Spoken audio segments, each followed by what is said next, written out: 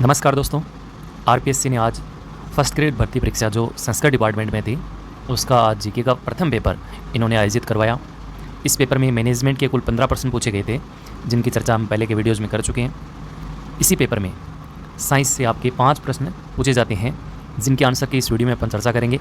लेकिन उससे पहले मैं आपको बता दूँ, साइंस के लिए मैं कई बार आपसे कह चुका हूँ, NCERT कक्षा 6 to 10 और आपके पास पुराने वाली यदि RBSC बोर्ड की किताब है वो भी बेस्ट है, समझने के लिए वो बेहतरीन है। इन दोनों पुस्तक में सॉरी ये तो बहुत बड़ी हैं, बहुत बड़ी नहीं है। आपको बहुत बड़ी से क्या मतलब है? आप तो ये देखिए आपके सिलेबस में 6 से 7 टॉपिक लिखे हैं। परमाणु अणु है, गति वाला है, आपके उत्तक वाला है, आपके नियंत्रण एवं समन्वय वाला है, जीव विविधता वाला है। केवल उन्हीं चैप्टर को आप बार बार पढ़ें। हाँ, एक बार में समझ में नहीं आएगा, कोई यूट्यूब के सहारे या किसी अन्य टीचर के माध्यम से एक बार समझ लीजिए, फिर आप उन्हीं चैप्टर को बार बार पढ़ें। साइंस का प्रश्न NCERT की लाइन टू लाइन बनता है और उससे बाहर नहीं जाता है, चाहे वो ग्रेड 3 हो चाहे ग्रेड 1 हो। पीछे वाला भर्ती वाला पेपर देख लीजिए, आज जो पेपर आयोजित हुआ है उसको देख लीजिए, बाकी तो देखिए आपके जत्ते जैसे कीजिएगा। पहला प्रश्न इन्होंने क्या पूछा कि निम्नलिखित यौगिकों में से किस में OH एक क्रियात्मक समूह है। अब भले ही आपके कितनी भी ज़बरदस्त तैयारी हो, अगर इस टॉपिक को आपने अच्छे से समझा है, या साइंस बैकग्राउंड वाला व्यक्ति है या किसी भी सब्जेक्ट वाला है, एक बार इस टॉपिक को अच्छे से समझ लिया, 1 सेकंड का क्वेश्चन नहीं है। बस उसको ये देखना था कि लास्ट में OH है, OH में तो ओल लगता है, ओल किस में देख लो, ओल तो इसमें एक में ही है, देखो लास्ट में ब्यूटेनॉल, तो राइट आंसर देखो क्या हो जाएगा, ऑप्शन ए हो जाएगा। मतलब सोचने की जरूरत नहीं थी, सिर्फ ये जो क्रियात्मक समूह दे रखा था उसको ध्यान में रखना था कि OH में क्या होता है क्रियात्मक समूह। अनुलग्न पूर्वलग्न जो लगता है वो ओल लगता है, और ओल इस एक में ही है। इसमें तो एल है, इसमें तो ओइक है, लास्ट में लगा है। अब थोड़ा बहुत समझ रहे हैं ना, चीज़ें पढ़ी हैं तब समझ में आ रही है, वरना तो मैं ओल बोल रहा हूँ, ओइक बोल रहा हूँ, आपको नहीं समझ में आएगा क्योंकि आपने कुछ समझा ही नहीं है। तो थोड़ा सा आप समझिए, मुझे टाइम मिलेगा तो मैं इनके जो ट्रिक हैं याद करवाने की कोशिश करूँगा। अब इसको मैं थोड़ा सा NCERT में जो लिखा है, सीधा प्रश्न आया देखो आपको। एक तो मैं आपको एक बात बता दूं, केवल ये 4 जो क्रियात्मक समूह वाले हैं, एक तो ओल का ये है, एक तो ये याद रखना है, एक एल्डिहाइड, एक कीटोन और एक ये कार्बोक्सिलिक अम्ल। ये 4 के अलावा आपको याद ही नहीं रखना। ये 3 तो आप सब लोग बचपन से जानते हैं भाई, एन आता है उसमें सिंगल बॉन्ड आता है, इन लगता है उसमें डबल बॉन्ड लगता है, और yne alkyne, alkane alkene alkyne, alkane में तो सिंगल बॉन्ड होता है, इसमें डबल बॉन्ड होता है, इसमें ट्रिपल बॉन्ड होता है, बशर्ते इसमें क्रियात्मक समूह नहीं जुड़े होते हैं। इसमें जो कार्बन वाले होते हैं वही जुड़े होते हैं, या फिर हेलो एल्केन जो होते हैं वो जुड़े होते हैं। लेकिन ये जो दे रखे हैं एल्कोहल, एल्डिहाइड, कीटोन और कार्बोक्सिलिक अम्ल, ये 4 बहुत ज़्यादा महत्वपूर्ण है और प्रश्न यहीं से आता है। इस बार क्या पूछा है, इस बार ये OH वाला पूछा है, और OH का अनुलग्न जो होता है वो ओल होता है। इस O जो लिखा है ना उसको O ही पढ़ना है, ओल ओल ओल। अब वो ब्यूटेन जो कार्बनिक एक होता है, जैसे मेथ होता है 1 पे, 2 पे एथ होता है, मेथ एथ, प्रोप होता है, 10 तक याद कर लीजिए, प्रोप। इसके बाद ब्यूट होता है, मेथ एथ प्रोप ब्यूट पेंट हेक्स, आपके तो 6 तक दे रखा है। सेप्ट ओक्ट नॉन डोक ये नहीं पूछे जाते, आप तो इन 6 को याद कर लीजिए। आपके NCERT में 6 दे रखे हैं, 6 याद कर लीजिए। अब वो किस उदाहरण को लेकर आपसे पूछ रहा है, जैसे इस बार पेपर में किस को लेकर पूछा है, ब्यूट को लेकर पूछा है, तो ब्यूट और लास्ट में OH लगाया तो ओल लगेगा, तो ब्यूटेनॉल हो गया, ब्यूटेनॉल हो गया सॉरी। बस इतना आसान प्रश्न था। अब इसी प्रश्न में यदि ये वाला क्रियात्मक समूह लगा के वो पूछता आपसे, तो लास्ट में इसके क्या है, अनुलोगन एल है। क्या है, एल। ये देखो ए को ये पढ़ना है, एल। और इन उदाहरणों में से वो यदि पूछता, मान लो ब्यूट का ही पूछता, तो क्या होता है, वो ब्यूटेनेल हो जाता है। जैसे इसमें लिखा होगा, ये देखो ब्यूटेनेल, इसका मतलब ये कौन से क्रियात्मक समूह का उदाहरण है, ये एल्डिहाइड का है। एल्डिहाइड में क्या होगा, C double bond OH, CH double bond O। कैसे भी इसको याद कर लो, रट लो भले। मैं बोल रहा हूँ वो समझ में आ रही है कि नहीं आ रही है, एक बार बता देना कमेंट में, है ना। और इसमें देखो कीटोन में क्या होगा, C डबल बॉन्ड O होगा। इधर आपके जो कार्बन श्रृंखला है, हाइड्रोकार्बन है, वो जुड़े रहते हैं, C डबल बॉन्ड O। और इसका अनुलग्न क्या है, ओन है, ओन ओन। इस O को वही पढ़ना है, ओन। अब जैसे ब्यूट को आप जोड़ोगे, उदाहरण ब्यूट को, तो ये क्या हो जाएगा, ब्यूटेनोन हो जाएगा, ब्यूटेनोन। मेथ को जोड़ोगे तो मेथेनोन, प्रोपेनोन, है ना। ऐसे जैसे इस उदाहरण में दे रखा होगा, कहीं इसमें नहीं दे रखा, कोई बात नहीं। अब एक और बचा है कार्बोक्सिलिक, इसमें क्या होगा, C डबल बॉन्ड OH। देखिए OH भी आ जाएगा इसमें, और ये कीटोन वाला ये भी जुड़ जाएगा। अगर तीनों एक साथ जुड़ रहे हैं तो वो कार्बोक्सिलिक अम्ल होगा, और इसका अनुलग्न जो होता है वो ओइक होता है, ओइक। ये देखो इसको O को वही पढ़ना, ओइक, लास्ट में ओइक ही मिलेगा। अब उदाहरण कौन सा लेगा रहा है, उदाहरण इन 6 में से लेगा वो, या तो मेथ का लेगा, या एथ का लेगा, या प्रोप का लेगा, या ब्यूट का लेगा, या पेंट का ले सकता है, या हेक्स का ले सकता है। हेक्स से ज़्यादा नहीं लेगा, बाकी 10 तक आप याद कर लीजिए। अब ब्यूट का लेगा, अगर ये वाला दिया होता परीक्षा में तो क्या आता आपका आता ब्यूटेनोइक। जैसे इसमें कहीं है क्या, ये देखो ब्यूटेनोइक, ब्यूटेनोइक। इसका मतलब ये किसका था, फिर ये इसका था, कार्बोक्सिलिक अम्ल, C double bond OH। Paper बनाने वाला बहुत समझदार है, बहुत समझदार है, आप मानोगे नहीं। जैसे प्रोपेनॉल का उदाहरण दे रखा था NCERT में, पता था कि बेटे प्रोपेनॉल को रट लेंगे, ब्यूटेनॉल का दिया है आपको, मतलब थोड़ा सा अप्लाइड करने की कोशिश की है कि थोड़ा सा घुमाते हैं, बाकी सीधा दे रखा था। ये प्रोपिनोल OH लिखा है, आपको तो ब्यूटेनोल ही देखना था, ब्यूट वाले देखना था। ये देखिए, ये वाले याद रख लो आपको, एल। कीटोन वाला देखेंगे तो ये देख लो बस, ओन। 4 याद रखनी है, एक ये कार्बोक्सिलिक, ये वाला क्रियात्मक समूह लास्ट वाला जो है ओई कमल, प्रोपिनोइक, ये 4 याद कर लो, बाकी सब आपकी याद है। देखो ये तो सिंगल बॉन्ड वाला है, एन लगता है, डबल बॉन्ड आएगा तो इन हो जाएगा, प्रोपीन हो जाएगा, जैसे ब्यूटीन हो जाएगा या मिथीन हो जाएगा, और ट्रिपल बॉन्ड लगता है वो प्रोपे आइन वाला, अनुलग्न क्या लगता है, आइन, जैसे प्रोपाइन हो गया, मिथाइन हो गया, एथाइन हो गया, है ना, पिंटा डाइन हो गया, है ना, ऐसे एल्काइन, एल्केन, एल्किन, एल्काइन, इनके प्रश्न नहीं आते हैं, प्रश्न इन 4 से आते हैं। इन 4 को रट लो भाई साहब। चलो आगे बढ़ें। पहला प्रश्न तो आई थिंक समय ले लिया पर थोड़ा ज़्यादा हो गया। अब ये प्रश्न पिछली बार शायद ग्रेड 3 में आया था, देख लीजिए। निम्न में से कौन सा पादपों में वृद्धि सेंदमन, सेंदमन का मतलब होता है ये, मतलब पादपों में एक प्रकार से कमी करने वाला हार्मोन कौन सा है? तो एक तो होता है पादप के ऐसे हार्मोन जो पादपों की वृद्धि को बढ़ाते हैं, जिसमें साइटोकाइनिन है, आपकी किताब में दे रखा है, जिब्रेलिन है, और एक होता है कम करने वाला। तो इसमें कम करने वाला कौन है? तो वो है ये वाला, ऑप्शन सी हो जाएगा इसमें, एब्सिसिक अम्ल, ऑप्शन है सी इज़ द राइट आंसर। अब ये आप एनसीईआरटी आप पढ़ेंगे कक्षा 10 वाली, तो उसमें पेज नंबर 120 है। अब पेज तो एनसीईआरटी में बहुत सारे हैं, इसलिए मैं कह रहा हूँ ऐप में जाइए, चैप्टर वाइज डाल रखे मैंने। जैसे आपके जो फर्स्ट ग्रेड है उसमें नियंत्रण एवं समन्वय का टॉपिक है, तो वो आप देखेंगे कक्षा 10 का अलग फोल्डर है, उसमें नियंत्रण एवं समन्वय आपको दिखा हुआ मिलेगा, वो PDF पढ़नी है बस, बाकी वाली नहीं पढ़नी। कार्बन यौगिक टॉपिक है तो वही पढ़ना है, बाकी नहीं पढ़ने।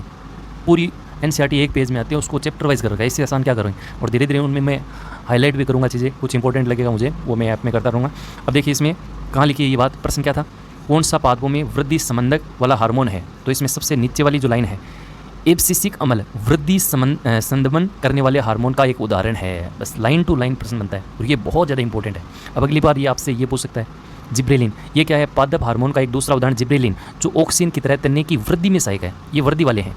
साइटोकाइनिन ये भी इंपॉर्टेंट है, कोशिका विभाजन को प्रेरित करता है, इसलिए यह उन क्षेत्रों में जहाँ कोशिका का विभाजन तीव्र होता है, विशेष रूप से फलों बीजों में अधिक सांद्रता में पाया जाता है, उन पादपों के हार्मोन के उदाहरण है जो वृद्धि में सहायता करते हैं। यानी वृद्धि वाले तो 3 हैं, जिब्रेलिन हो गया, ऑक्सीन हो गया, ये साइटोकाइनिन हो गया, है ना, ये एक, चलो ये तो हो गया ना, और एब्सिसिक अम्ल हो गया, ये पादपों की जो वृद्धि होती है उसको दमन करने वाले, कमी करने वाले। आई थिंक जितना मैं जानता हूँ उतना मैं बता रहा हूँ, हालांकि ये चीज़ें आप मुझसे बेहतर भी जानते होंगे कुछ विद्यार्थी, लेकिन ये एनसीईआरटी में आपने पहले बहुत अच्छे ढंग से पढ़ी होंगी, तो इसका राइट आंसर ऑप्शन 3 रहेगा। कहना इतना ही है कि 5 प्रश्न के लिए कम से कम एनसीईआरटी के 5-6 चैप्टर तो आप पढ़ ही सकते हैं, क्योंकि इनसे सीधे प्रश्न आते, टाइम नहीं लगता। अब ये प्रश्न आप देखेंगे तो ये थोड़ा सा ऐसे कहूँगा कि गणना करने वाला प्रश्न है। आर्ट्स के स्टूडेंट है तो ये प्रश्न शायद आपसे नहीं होगा, बाकी है बहुत आसान। प्रश्न क्या है कि निम्नलिखित में से किसका भार जो है वो सबसे अधिक होगा? अब ये आपके एनसीईआरटी कक्षा 9 में दे रखा है चैप्टर 3, इसमें आपने पढ़े होंगे मोल वाले, है ना, अणुभार वाले। अरे मैं तो कहता हूँ कि इस चैप्टर को अच्छे से रटना है, तो आवर्त सारणी के कम से कम 20 जो दे रखे हैं, जैसे 1 पे हाइड्रोजन होता है, 1 पे क्या होता है हाइड्रोजन, 2 पे हीलियम होता है, lithium beryllium boron carbon nitrogen, मुझे भी याद नहीं होंगे, helium lithium beryllium boron carbon nitrogen oxygen fluorine शायद नियोन, है ना, sodium magnesium aluminium silicon phosphorus sulphur गंधक 16 पे होता है। फिर calcium स्केडियम titanium vanadium chromium manganese ferrous cobalt nickel copper zinc है, ये कम से कम 20 तो आप याद कर लीजिए। और इनके कोई छोटी मोटी ट्रिक होगी तो मैं करवा दूंगा। देखिए इसका आपको बाहर कैसे याद करते हैं, जैसे CO2 दे रखा है, CO2 का आपको परमाणु बाहर याद करना है। तो सबसे पहले तो आपको कार्बन कितने नंबर पे होता है, तो आप सब लोग जानते हैं 6C12 होता है, कार्बन का जो परमाणु भार होता है वो 12 होता है। इसका मतलब C का जो परमाणु भार है वो कितना है 12 प्लस, अब O2, O का मतलब ऑक्सीजन, देखिए O जो परमाणु है उस ऑक्सीजन 8 पे होता है, 8 का डबल कितना हो गया, देखिए लगभग जो है ना परमाणु भार डबल ही होता है। अब जैसे कई विषम वाले हैं उनका एक ज़्यादा होता है, लेकिन हाइड्रोजन को आप याद रखिए, हाइड्रोजन 1H1 ही होता है, ये थोड़ा याद रखिएगा। तो इसमें देखिए ऑक्सीजन 8 पे होता है तो इसका परमाणु भार 16 हो गया, और 16, लेकिन ये कितने परमाणु है 2 है तो ये डबल हो जाएगा, 16 दूनी 32, 32 10 42 43 44, यानी ये हो गया 44 ग्राम। CO2 का जो परमाणु भार है वो कितना हो गया 44 ग्राम। समझ आ गई, ये जी थोड़ा सी लिख देता हूँ वरना कन्फ्यूज हो जाए ग्राम। अब जैसे CaCO3 का निकालना, CaCO3, और 1 मिनट यहाँ पे 2 मोल दे रखे हैं, ये तो 1 मोल का है, इसको डबल करो भाई, 88 ग्राम हो गया, 88 ग्राम। इसके बाद देखो दूसरा जो ऑप्शन दे रखा है उसमें यौगिक दे रखा है आपका CaCO3, तो इसका परमाणु भार कैसे याद करेंगे? देखो Ca कैल्शियम जो होता है वो होता है 20 कैल्शियम 40, तो इसका मतलब इसका परमाणु भार हो गया 40 प्लस कार्बन का मैंने बताया 12 होता है, और ऑक्सीजन के 3 है, एक ऑक्सीजन का 16, तो 3 के 48। अब इनको आप ऐड कर लो, 48 40 40 80 हो गए, 80 और 10 90, और 90 और 10 100 ही हो गए, शायद 100 ही हो गए ना, एक बार देख लेना। 100 ग्राम, ये तो केवल एक का, इसमें कितने का पूछा? 2 मोल का, तो गुणा 2 कर दो, कितने हो जाएगा? 200 ग्राम। 200 ग्राम। H2O का तो आपके एनसीईआरटी में निकाल के दे रखा है, आप लोगों ने देखा नहीं हुआ। तो हाइड्रोजन का हमेशा एक, लेकिन 2 है तो ये 2 प्लस H2O, यहाँ पे दोबारा लिख देता हूँ H2O, देखो इसको नीचे, H का 1H1 होता है ना, 1H1, लेकिन 2 परमाणु है तो 2 प्लस ऑक्सीजन का कितना हो गया? 16, 16 और 2 कितने हो गए? 18 ग्राम। तो इसका हो गया 18 ग्राम, 18 ग्राम, लेकिन 10 मोल का बताना है, तो ये 10 से गुणा करो, 180 ग्राम, ये इसका हो गया। इसके बाद देखो सुक्रोज दे रखा है, सुक्रोज का दे रखा है C12H22, यहाँ पे आगे लिख देता हूँ C12H22O11, C12H22O11, थोड़ा सा मिटा देता हूँ कैलकुलेशन, ठीक है। इसका कैसे निकालेंगे? आसान है, देखो सी का कितना दे रखा है? 12 दे रखा है, एक सी का कितना होता है? 12 होता है, 12 का 12 कितना हो गया? 144, तो ये हो गया। शॉर्ट बता रहा हूँ भाई, थोड़ा सा टाइम कम है। एक हाइड्रोजन का 1H1 होता है, लेकिन 22 दे रखे हैं, तो सीधा 22 जोड़ दो, और यहाँ पे O का 11 है, एक O का कितना होता है? 16, तो 16 को 11 से गुणा कर दो, 16 16 6 7 176, ये हो गया। अब इनको ऐड कर लो, 6 2 8 4 12, 7 1 हासिल 8 8 2 10 और 4 14, फिर 1 1 2 और 1 3, 342, कितना हो गया? 342 ग्राम। पूछा कितने का है? इसके 0.2 मोल का, तो गुणा 0.2। अब इसको 0.2 से गुणा कर दो, 0.2 से 2 से गुणा कर दो एक बार, 2 दूनी 4, 4 दूनी 8 और 3 दूनी 6, 0.1 लगा दो, 68.4, 68.4। थोड़ा सा समय ज़्यादा लगा है, अब आपको आसानी से पता लग जाएगा किसका भार सबसे अधिक पूछा है। तो इसका 88 है, CaCO3 का 200 ग्राम है, H2O का 180 ग्राम निकल गया है, और ये सुक्रोज का तो केवल मात्र 68 ग्राम निकल गया है। इसका मतलब राइट आंसर अपना CaCO3 रहेगा, CaCO3 ऑप्शन 2 है वो इसका राइट आंसर रहेगा। बिल्कुल एनसीईआरटी में है, एक दो उदाहरण आप निकाल के देख लेना। अगला प्रश्न देखिए, हालांकि जहाँ तक मुझे लगता है ये प्रश्न शायद डिलीट होना चाहिए, देखते हैं बोर्ड इसका क्या आंसर मानता है। क्यों डिलीट होना चाहिए? तो देखिए इसमें पूछा क्या है, निम्नलिखित में से कौन प्रकृति व प्राकृतिक संसाधनों के संरक्षण के अंतर्राष्ट्रीय संघ यानी जो आपकी IUCN संस्था है उसके द्वारा संरक्षण के उद्देश्य से वर्गीकृत पौधों और जानवरों की जो संकटग्रस्त प्रजातियां हैं उसकी श्रेणी से कौन संबंधित नहीं है।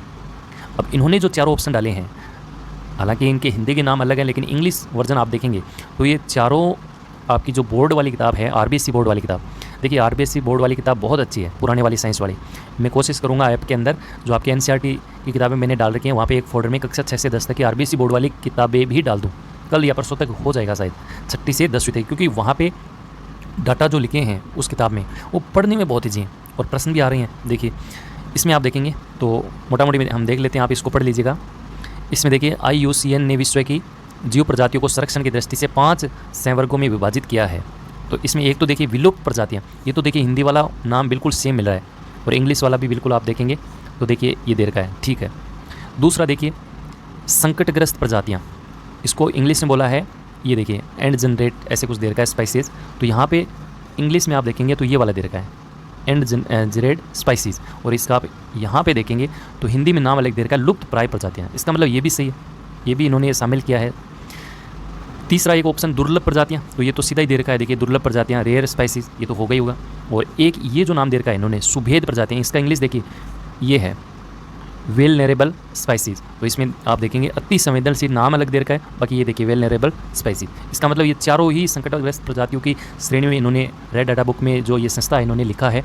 अब ये यहाँ पे चारों दिए गए हैं, बोर्ड क्या मानता है इसका राइट आंसर वो देखेंगे।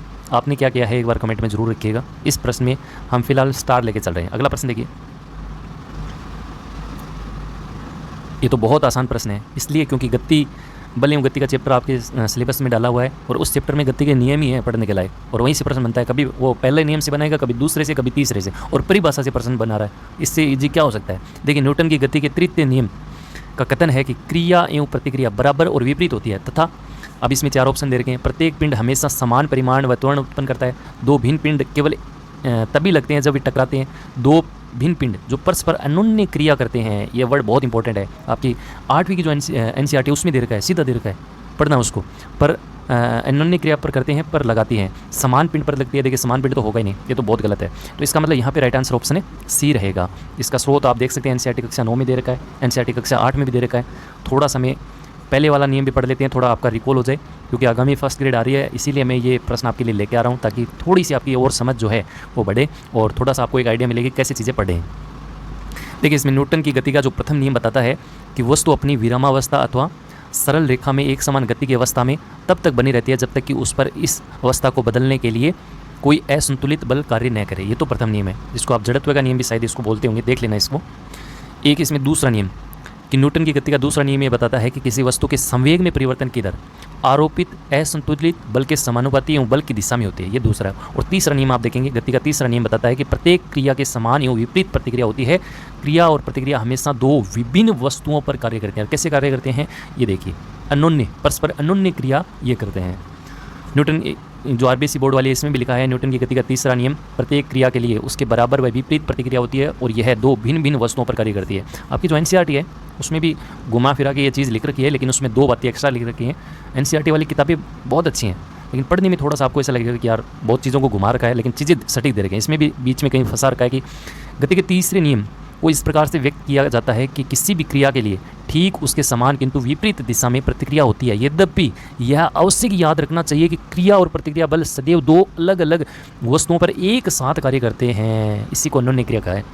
तो यह आपके 5 प्रश्न जो प्रथम पेपर में पूछे गए थे सटीक आंसर के साथ थोड़ा सा विश्लेषण, ज़्यादा तो नहीं किया, जितना आता है उतना बताया है, थोड़ा इजी करने की कोशिश की है और ये बताने की कोशिश की है कि एनसीईआरटी आपके लिए इंपॉर्टेंट है, आरबीएससी बोर्ड वाली भी किताब आपके लिए इंपॉर्टेंट है। और इससे ज़्यादा इंपॉर्टेंट ये है कि अपने ऐप के अंदर बिल्कुल फ्री ऑफ कॉस्ट आप पढ़ें, चैप्टर वाइज थोड़ा सा ईजी कर दिया है। चैप्टर वाइज से ये होगा कि आपके सिलेबस में जो पॉइंट है ना, चाहे आप ग्रेड 3 की तैयारी कर रहे हैं तो ग्रेड 3 में जो चैप्टर है वो आप पढ़ें, बाकी के छोड़ दें, है ना, इससे अच्छा और क्या होगा।